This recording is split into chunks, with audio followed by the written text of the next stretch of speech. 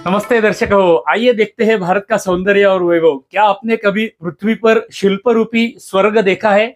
नहीं देखा है तो ये चलचित्र आपके लिए है। आज हम ये पृथ्वी का शिल्प रूपी स्वर्ग देखने के लिए आए हैं। कोल्हापुर क्षेत्र में खिद्रापुर नाम का एक छोटा सा ग्राम है। उस ग्राम में कोपेश्वर नाम का एक सुंदर शिव मंदिर है, जिसमें अत्यंत सुंदर नक्शीकाम किया गया है, जो आपको अन्य कहीं महाराष्ट्र में देखने के लिए सहजता से नहीं मिलेगा। ऐसा सुंदर मंदिर अभी हम देख रहे हैं इसलिए मैं बोल रहा हूँ क्योंकि ये मंदिर विशालकाय मंदिर है। और इसका पहला भाग जो है, इस मंदिर का पहला भाग ऑलरेडी हमने प्रकाशित कर दिया है। आज जो हम देखने वाले हैं ये मंदिर का दूसरा भाग है और इसके आगे भी तीसरा भाग आने वाला है। तो पहले भाग में हमने मंदिर का प्रवेश द्वार देखा था, उसके अंदर का स्वर्ग मंडप देखा था, सभा मंडप देखा था, उसके अंदर गर्भगृह देखा था, भगवान कोपेश्वर का दर्शन लिया था। अभी ये मंदिर जितना अंदर से सुंदर है उतना ही बाहर से भी देखने के लिए सुंदर है। तो अभी हम मंदिर बाहर से देखने का आरंभ इस भाग में करने वाले हैं। तो आइए मंदिर बाहर से देखने का आरंभ करते हैं। हम अभी मंदिर के फिर से बाहर की दिशा में आ गए, प्रवेश द्वार पर आ गए हैं। प्रवेश द्वार से अंदर आते आते ही हमें ऐसे सुंदर सुंदर व्याल शिल्प देखने का आरंभ हो जाता है। ऐसे व्याल शिल्प और ऐसे कीर्तिमुख हमें इस मंदिर में सैकड़ों की सहस्त्रों की संख्या में देखने के लिए मिलते हैं। हम उनको गिन नहीं सकते, इतनी संख्या में हमें ऐसे व्याल और कीर्तिमुख देखने के लिए मिलते हैं। अभी जो सामने आपको दिख रहा है ये है हमारा स्वर्ग मंडप, जिसके नीचे की बाजू में आप देखेंगे तो यहाँ पर आपको हाथियों की एक मालिका दिखाई देगी। ये हाथी जो है मंदिर के तीनों बाजू को बाहर से लगाए गए हैं और ऐसे हम गिनेंगे तो यहाँ पर 96 हाथी, हमें लगभग 100 के आसपास हाथी हमें देखने को मिलते हैं। और ऊपर जो स्वर्ग मंडप अभी हम देख रहे हैं, ये स्वर्ग मंडप अंदर से हमने देखा था, जिसको 48 स्तंभ हमने गिने थे। तो ऐसे 48 स्तंभ वाला स्वर्ग मंडप, उसकी बाई दिशा में यदि हम देखेंगे तो हमें पेड़ के नीचे कुछ विरगल रखे हुए दिखाई देते हैं, उसके ऊपर कुछ टूटे फूटे शिल्प दिखाई देते हैं। अभी आपको जो सामने दिख रहा है ये स्वर्ग मंडप का दक्षिण द्वार है। हम पूर्व द्वार से अंदर आए थे, यहाँ दक्षिण द्वार पर भी सुंदर नक्शीकाम किया हुआ है। तो आश्चर्य से थक्क होने के लिए तैयार रहिए। अभी आप स्क्रीन पर देख सकते हैं ये बड़े आकार का एक व्याल हमें स्वर्ग मंडप के बाहर की दिशा में हमें देखने के लिए मिला। ये छोटे छोटे आकार का सुंदर नक्शीकाम आप देख सकते हैं। अभी हम स्वर्ग मंडप का बाहर का भाग कट्टा देख रहे हैं और उसके ऊपर सुंदर नक्शीकाम हमें किया हुआ दिखाई देता है। और ऐसे व्याल तो बहुत सारे जगह पे हमें देखने के लिए मिलेंगे। इस कोने में भी एक व्याल, सुंदर व्याल हमें देखने के लिए मिला। ये जो अभी आप देख रहे हैं ये हाथियों की मालिका है। मंदिर के तीनों बाजू में ये ऐसे हाथी बनाए गए हैं। लगभग 100 के आसपास हाथी यहाँ पर हमने गिने थे। ये हाथियों की मालिका के ऊपर देखेंगे तो यहाँ पर हमें नर पट्टा या देव पट्टा देखने के लिए मिलता है। नीचे हाथी और ऊपर नर या गज पट्टा। इसी देव पट्टे में हमें बाई बाजू में ब्रह्मा की मूर्ति दिखने के लिए मिलती है, जो हमने अंदर से देखी थी। भाटे काका ने हमें बाई बाजू में दिखाई थी। ये ब्रह्मा की मूर्ति यहाँ पर है। दूसरे बाजू में हमें विष्णु की मूर्ति दिखाई देती है। मंदिर के वो बाजू में जाने के बाद मैं वो मूर्ति आपको दिखाऊंगा। यहाँ पर आप देख लीजिए ये विदेशी नागरिक हमें देखने के लिए मिलता है, जिसको फ्रेंच दाढ़ी बनाई गई है।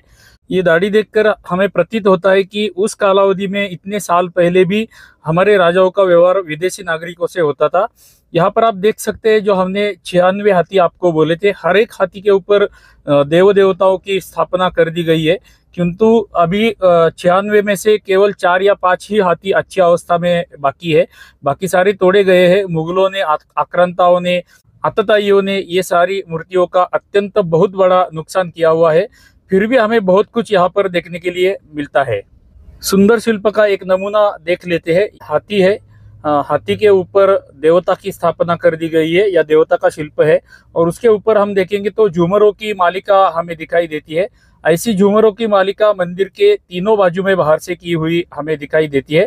जैसे हाथियों की मालिका, देवताओं की मालिका, वैसे ही झूमरों की भी मालिका हमें इस मंदिर पर बाहरी बाजू से देखने के लिए मिलती है, जो अत्यंत दर्शनीय है। ऊपर की दिशा में जो देवपट्टा में या नरपट्टा में जो शिल्प है वो तो हम देख के थक्क ही हो जाते हैं।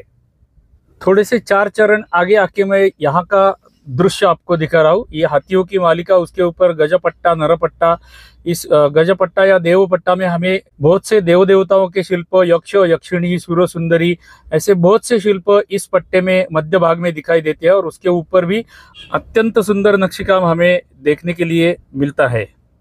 ये है स्वर्ग मंडप की दक्षिण दिशा के दक्षिण द्वार की पिछले की बाजू। इसके बाई बाजू में हम देखेंगे तो हमें सभा मंडप बाहर की दिशा से देखने के लिए मिलता है।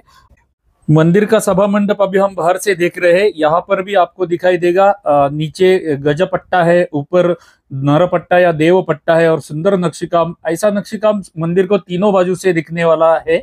मैं आपको जस्ट आगे आगे चलते थोड़ा थोड़ा दिखा रहा हूँ, कुछ नमूने उसमें से मैं आपको दिखाऊंगा। अभी ये छिद्र आप देख सकते हैं, ये पाषाण में बनाए हुए छिद्र है। ये छिद्र ये दर्शाते हैं कि ये जो दक्षिण दिशा का सभा मंडप का प्रवेश द्वार है, ये सभा मंडप के प्रवेश द्वार के बाहर भी एक प्रवेश मंडप बनाना प्लानिंग में रहेगा, उनके नियोजन में रहेगा। किंतु यहाँ पर कुछ कारणवश वो बनाना रह गया, वो प्रवेश मंडप बनाना रह गया। ये छिद्र बनाए हुए वैसे ही रह गए, ऐसा हमें यहाँ पर ये छिद्र देखकर प्रतीत होता है। ये उसके लक्षण है कि यहाँ पर उन्हें कुछ कंस्ट्रक्शन करना था। अभी ये छिद्र आप ध्यान में रखिए, ये छिद्र का उपयोग कैसे किया जाता है मैं आगे आपको दिखाने वाला हूँ। ये ड्राई जॉइंट पद्धति जिसको बोलते हैं, शुष्क सांधा पद्धत, वो आगे चल के मैं आपको दिखाऊंगा। अभी ये बड़े आकार का भग्न हुआ शिल्प देखकर आपको कुछ स्मरण में आ रहा है। हमने सभा मंडप में और अंतराल के मध्य में जय और विजय में से विजय की मूर्ति दाहिनी बाजू में 8 फुट की मूर्ति देखी थी या शिल्प देखा था। उसका बाई बाजू का ये जय है जिसका भंजन मुगलों ने कर दिया था।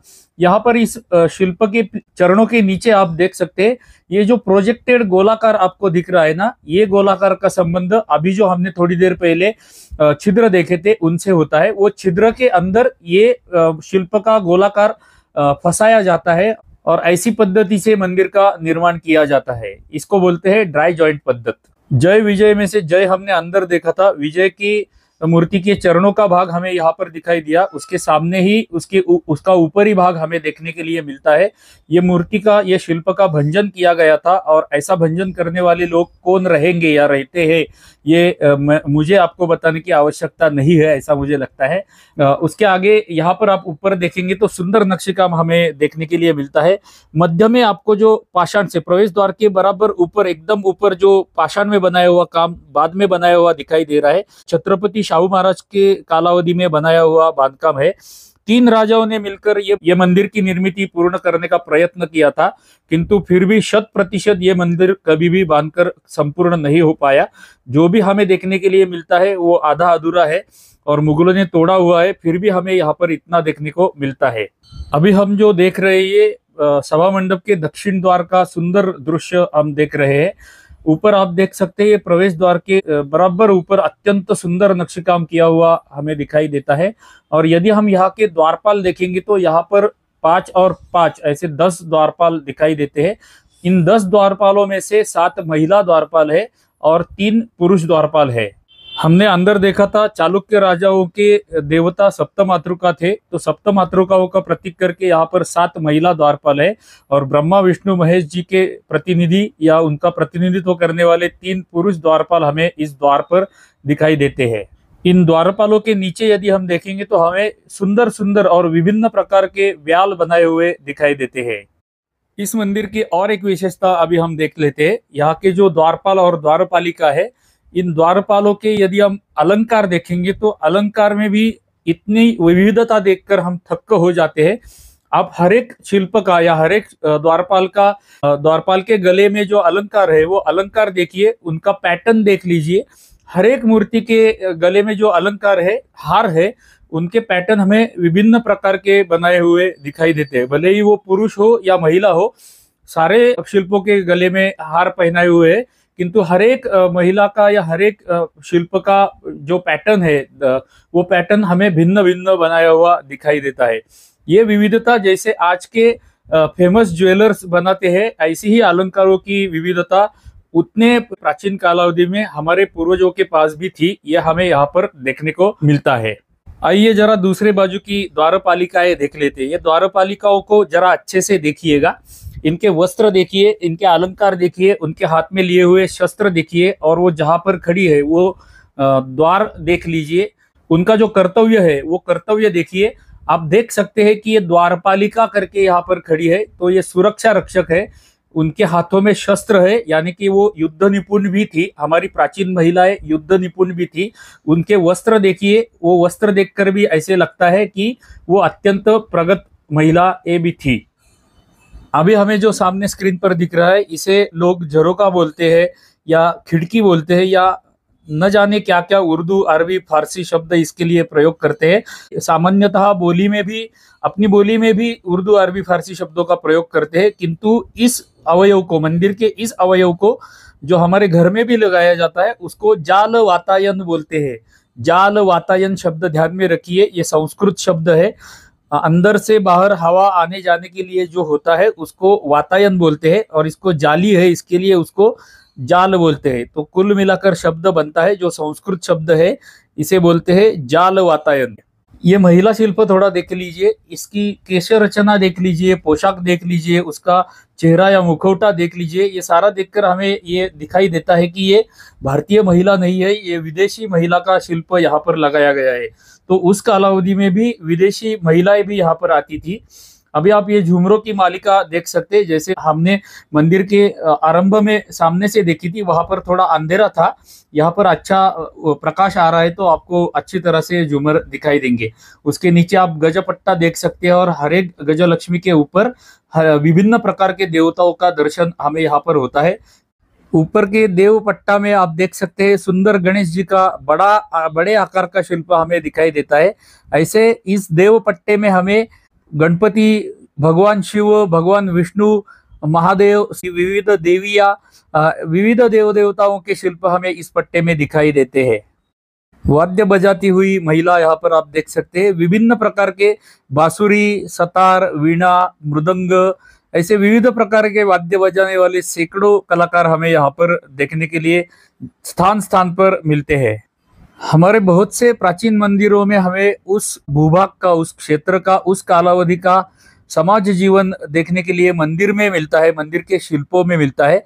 यहाँ ये शिल्प आप देख लीजिए, ज्योतिषी है और उसके सामने बैठा हुआ एक व्यक्ति है। ये ज्योतिषी इस व्यक्ति को उसका भविष्य बता रहा है। ये समाज जीवन भी हमें बहुत से मंदिरों में स्थान स्थान पर देखने के लिए मिलता है। अभी ये देवपट्टा के सारे शिल्प आप देख लीजिए, सारे सफेद हुए हैं।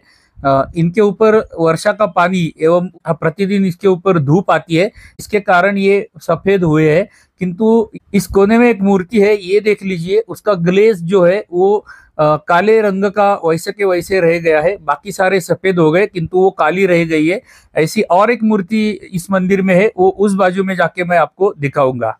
ये बाजू में हमने गणेश जी का शिल्प देखा था, सामने आप देख सकते हैं त्रिशूलधारी भगवान शिव का शिल्प हमें दिखाई देता है और उसके ऊपर शिव पार्वती की सुंदर मूर्ति हमें दिखाई देती है। ये देखिए मृदंग बजाती हुई महिला। ऐसी अनेक सूर सुंदरियां हमें इस मंदिर पर बाहर की बाजू से नरपट्टा में देखने के लिए मिलती है। ऊपर की दिशा में किया हुआ सुंदर नक्शकाम छत के नीचे जो है वो आप देख सकते हैं। थक कर रह जाते हैं, दूसरे कोई शब्द नहीं मेरे पास बोलने के लिए, इनका वर्णन करने के लिए। ये मंदिर के गर्भगृह की दक्षिण बाजू अभी हम देख रहे हैं। नीचे के स्तर में गजपट्टा है, उसके ऊपर देव देवता, उसके ऊपर एक देव कोष्टक बनाया गया है जिसके अंदर 3 बाय 3 फुट की एक छोटी सी ध्यान धारणा करने के लिए छोटा सा स्थान बनाया गया है। उसके ऊपर का सुंदर नक्शेकाम आप देख सकते हैं और सबसे ऊपर छत के नीचे जो है वो कोनाकृति सुंदर नक्शेकाम हमें यहाँ पर देखने के लिए मिलता है। मंदिर की और एक विशेषता, ये महिला को अच्छी तरह से देख लीजिए। महिलाओं के अलंकार तो हमने अन्य शिल्पों में इसके पहले भी देखे हुए। इसका कटी वस्त्र आप देख लीजिए, उसके पैर दिख रहे हैं हमें। इसका अर्थ ये होता है कि उसका कटी वस्त्र उसके घुटनों तक ही है। तो हो सकता है कि उस कालावधि की महिला ऐसे मिनी स्कर्ट पहनती हो। भगवान विष्णु शंख चक्र पद्म गदा हाथ में लिए हुई गजलक्ष्मी पर बैठा हुआ विष्णु, उसके बाजू में यदि हम देखेंगे तो उमा महेश्वर का सुंदर शिल्प, वो भी गजलक्ष्मी पे आरूढ़ है। और इस बाजू में देखेंगे तो ब्रह्मदेव हमें गजलक्ष्मी पर आरूढ़ दिखाई देते हैं, यानी कि ब्रह्मा विष्णु महेश तीनों एक ही स्थान पर हमें दिखाई देते हैं। ऊपर हमें कीर्तिमुख दिखाई देते हैं। ऐसे कीर्तिमुख और ऐसे देव देवता सैकड़ों की संख्या में, सहस्त्रों की संख्या में हमें इस मंदिर पर दिखाई देते हैं। अभी थोड़ा लोकमान्य तिलक जी का स्मरण कीजिए, उनकी मुद्रा ध्यान में लाइए।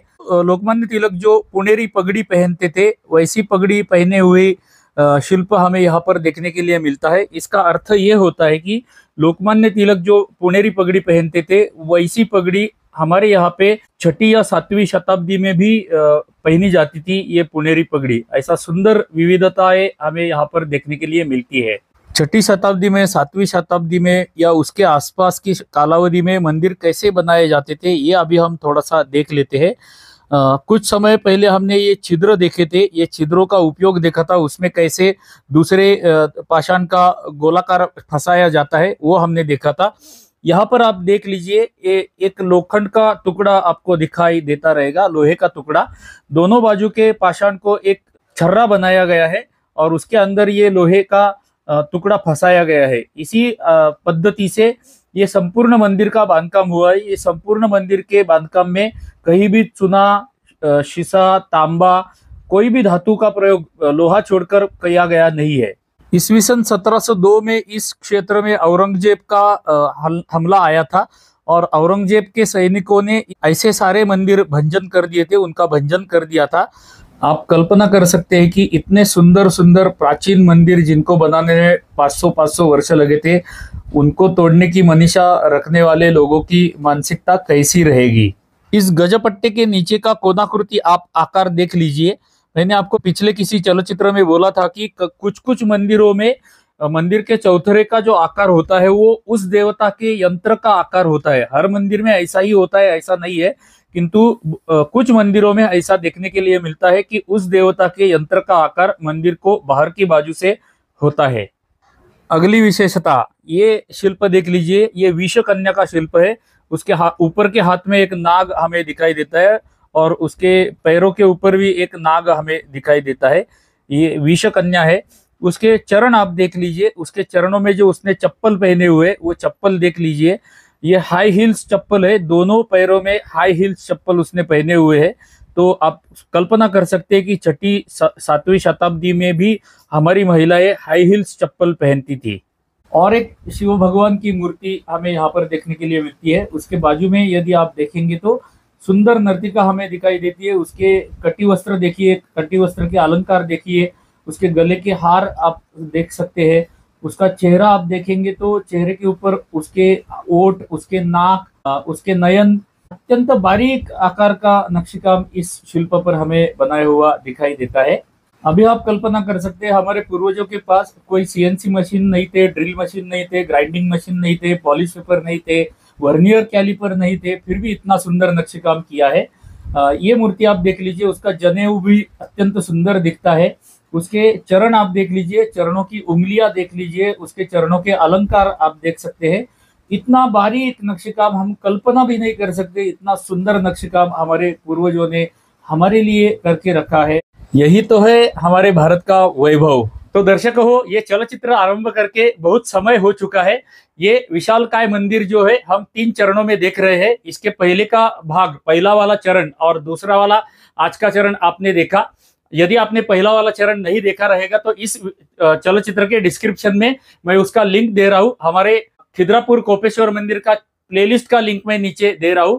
ये प्लेलिस्ट में जाकर आप खिद्रापुर के सारे वीडियो अवश्य देखिएगा, क्योंकि इस दूसरे चलचित्र के बाद तीसरा भी इसका चरण आने वाला है, तो वो भी आपको देखना है।